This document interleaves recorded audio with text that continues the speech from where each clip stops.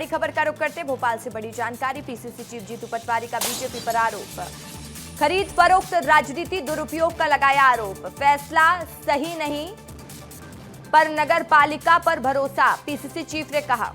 BJP की आदिवासी नेताओं के प्रति घृणित सोच उजागर हुई है।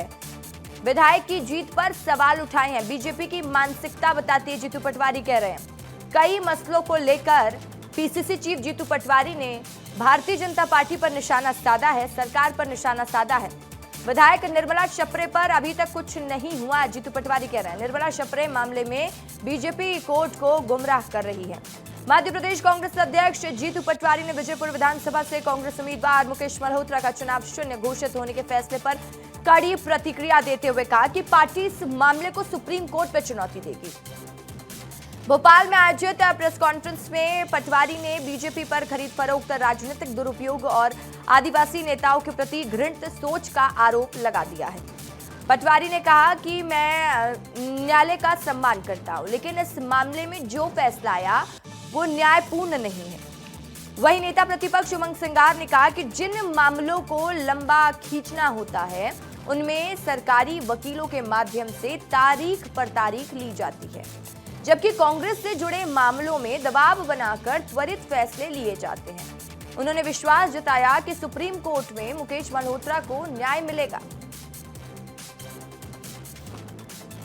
भारतीय जनता पार्टी की सरकार जो है सांप की तरह धीरे धीरे रेंगती है। लोकायुक्त की सूचना आयुक्त की बैठक हुई काफी समय के बाद, लेकिन 3 पद की आपने निकाली सूचना और 2 पद बढ़े जा रहे।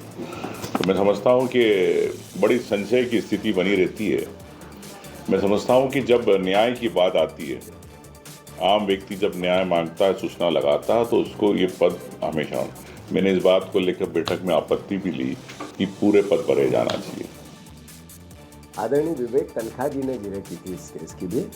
आदरणीय मनु संघवी जी जो हमारे लायर है, विवेक तनखा जी और सम्मानित आपस में सब जो सीनियर लायर है हमारे इस पूरे केस में, उनकी सबकी बातें हुई है। यही सवाल है कि 2 साल से निर्मला शपरे का केस है, इधर से उधर, उधर से उधर, इस कोर्ट से निचली कोर्ट में, निचली कोर्ट से उचली कोर्ट में, जबलपुर से इंदौर से जबलपुर, जबलपुर से इंदौर, विधानसभा अध्यक्ष के पास उसको घुमाया जा रहा है। तो एक तरफ वो व्यवस्था है। 9 मार्च ग्वालियर बेंच के जस्टिस जीएस अहलूवालिया ने यह फैसला बीजेपी नेता और पूर्व मंत्री रामनिवास रावत की याचिका पर सुनवाया। रामनिवास रावत अब विजयपुर विधानसभा सीट से नए एमएलए होंगे। रामनिवास रावत ने अपनी याचिका में आरोप लगाया था कि मुकेश मल्होत्रा ने 2024 के उपचुनाव नॉमिनेशन में अपने खिलाफ दर्ज क्रिमिनल केस की पूरी जानकारी नहीं दी थी। मुकेश ने सिर्फ 2 क्रिमिनल रिकॉर्ड बताए थे, जबकि 4 केस छिपाए गए थे। याचिका में रावत ने मल्होत्रा के खिलाफ दर्ज सभी 6 क्रिमिनल केस की जानकारी दी थी। कोर्ट ने फैसला सुनाया कि रामनिवास रावत उपचुनाव में दूसरे नंबर पर आए थे, इसलिए मुकेश मल्होत्रा का चुनाव रद्द किया जाता है। इसके साथ ही रावत को विजयपुर का एमएलए घोषित किया जाता है। आपको बता दें, मुकेश मल्होत्रा ने सुप्रीम कोर्ट में रिव्यू याचिका दाखिल की है, जिसके बाद सुप्रीम कोर्ट ने फटकार लगाते हुए याचिका खारिज कर दी थी। रामनिवास रावत के वकील एमपीएस रघुवंशी ने जानकारी देते हुए बताया कि कोर्ट ने मुकेश मल्होत्रा के चुनाव को शून्य कर दिया है और दूसरे स्थान पर रहने वाले रामनिवास रावत को विधायक का निर्वाचित किया है।